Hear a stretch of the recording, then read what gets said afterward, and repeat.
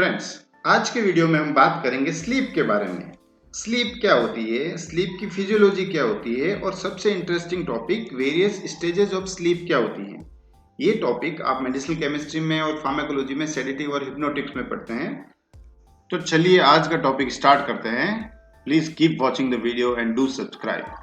तो सबसे पहले बात करते हैं अपन नींद के बारे में। नींद क्या होती है? नींद जनरली सारे मैमल्स में, बर्ड्स में, रेप्टाइल्स में, यहाँ तक कि एम्फिबियंस में और फिशेज में भी ऑब्जर्व की गई है। जनरली ह्यूमंस में जो स्लीप साइकिल होता है वो 90 से 110 मिनट तक रेंज करता है।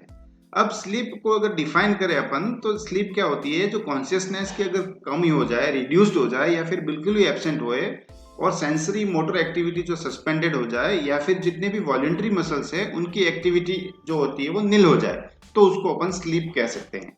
स्लीप को हम 3 तरीके से मेजर कर सकते हैं। फर्स्ट जो है वो ब्रेन वेव्स को मेजर करने के लिए ईईजी पैटर्न स्टडी किया जाता है, जिसको बोलते हैं इलेक्ट्रोएन्सेफेलोग्राम्स। आई मूवमेंट को मेजर करने के लिए ईओजी पैटर्न फॉलो किया जाता है, जिसको बोलते हैं इलेक्ट्रोओक्यूलोग्राफी। और थर्ड जो है वो मसल एक्टिविटी को मेजर किया जाता है, जिसको बोलेंगे इलेक्ट्रोमायोग्राफी।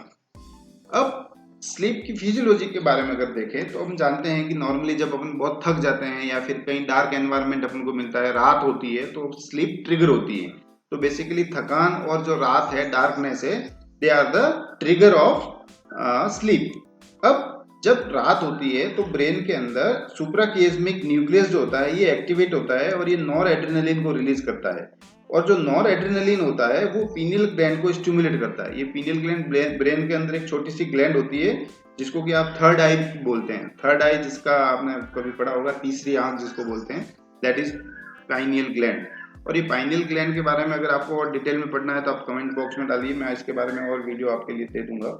अब अपन जाते हैं, ये पाइनियल ग्लैंड अगर स्टिमुलेट होती है नॉरएपिनेफ्रिन से, तब ये सिक्रेट करती है मेलेटोनिन। और melatonin is responsible for the starting of the circadian rhythm.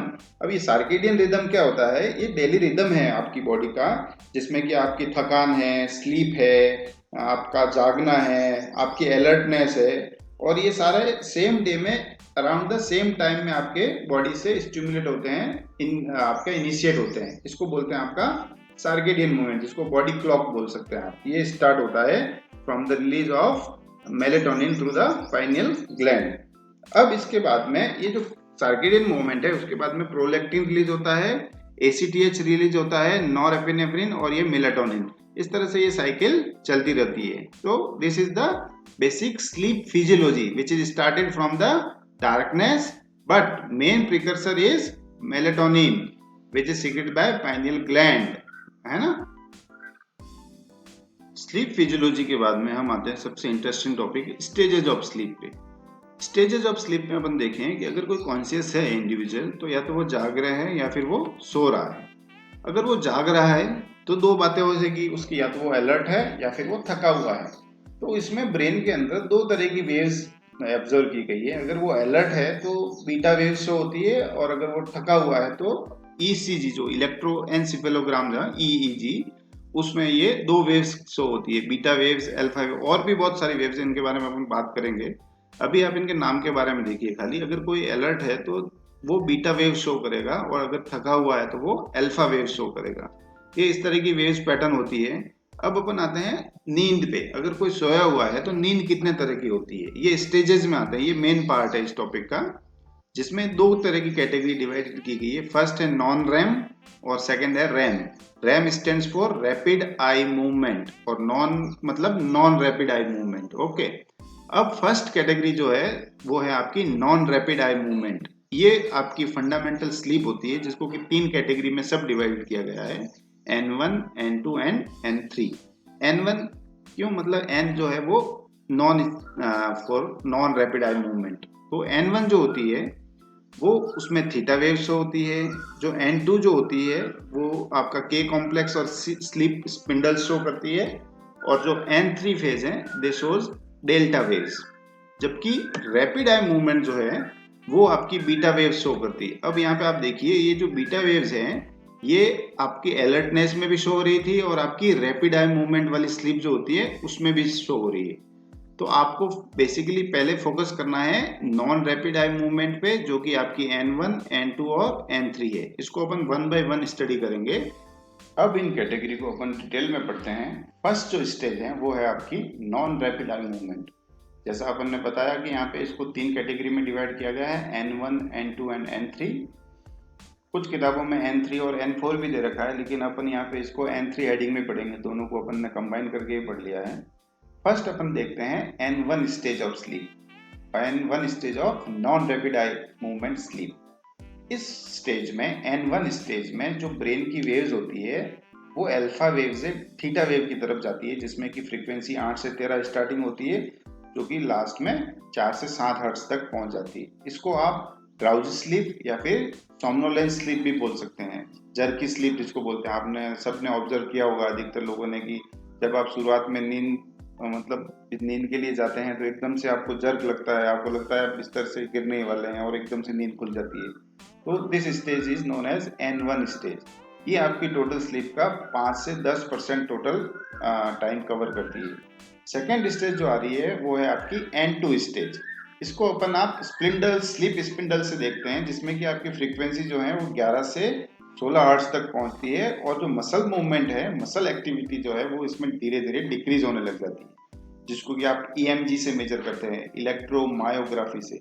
और जो अवेयरनेस होती है, कॉन्शियसनेस होती है, वो धीरे धीरे डिसअपियर हो जाती है। ये टोटल स्लीप का 45 to 55% टाइम स्पान जो होती है वो कवर करती है एडल्ट्स में। N3 स्टेज जो है, this is the presence of minimum of 20% delta waves. इसमें भी कम से कम 20% डेल्टा वेव्स होती है, इसलिए इसको डेल्टा स्लीप बोलते हैं, जो कि 0.5 से 2 हर्ट्ज तक होती है इसकी फ्रीक्वेंसी। इस स्टेज में पैरासोमनियाज अकर होते हैं, जैसे कि नाइट टेरर, नॉक्टर्नल एन्यूरेसिस, जो आपको नाइटमेयर्स आते हैं, डरावने सपने आने हैं, ये इस N3 स्टेज में आते हैं। ये टोटल स्लीप का 10 से 20% टोटल टाइम जो है वो कवर करती है। जैसे जैसे रात निकलती है, इस N3 फेज की जो लेंथ है वो थोड़ी सी कम होने लग जाती है। तो ये तीनों बेसिक स्टेजेस हो गई आपकी non rapid eye movement sleep की। इसको अपन समराइज करें, अगर देखें नॉन रैपिड आई मूवमेंट को, तो देखिए कि जो ज्यादातर जो स्लीप होती है वो non rapid eye movement type की होती है। ये स्लीप बहुत अच्छी होती है, गहरी होती है, रेस्टफुल होती है, और जो आपका पहला घंटा होता है स्लीप का, वो मैक्सिमम शांति वाला नींद का जोन होता है, जिसको कि आप non rapid eye movement sleep कहते हैं।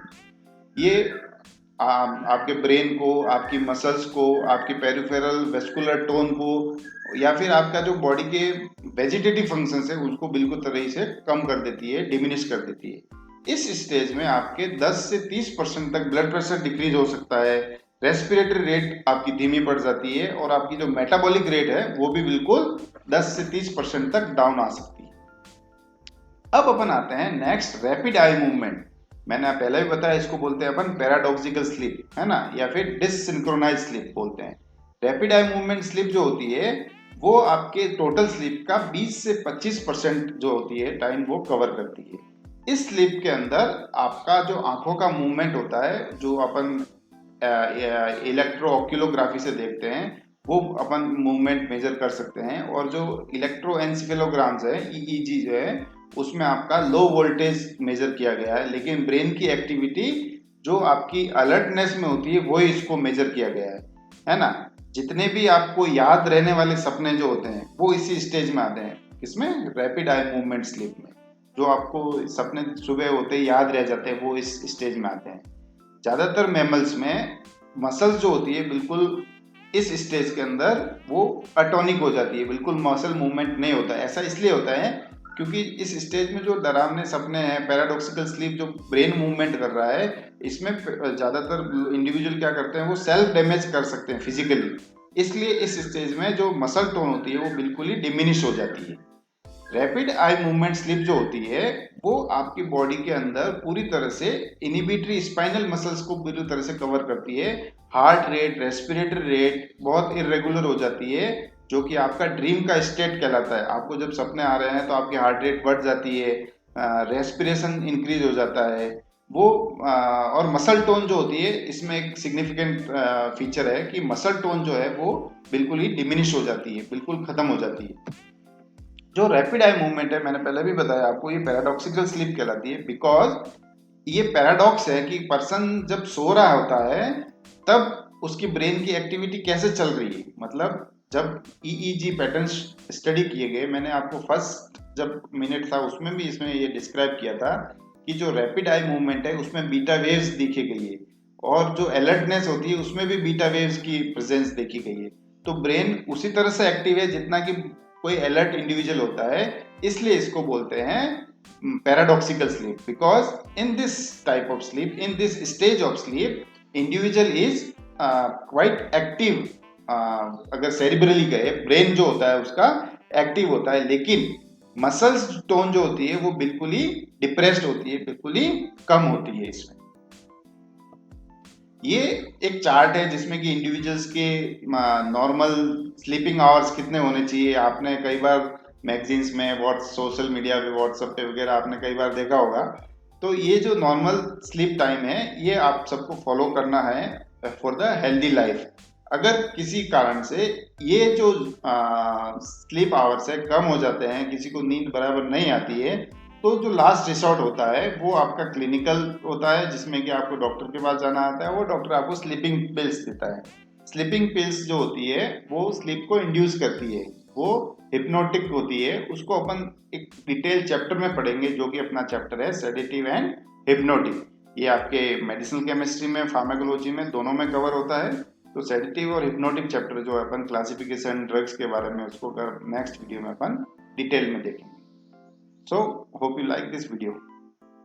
Thank you.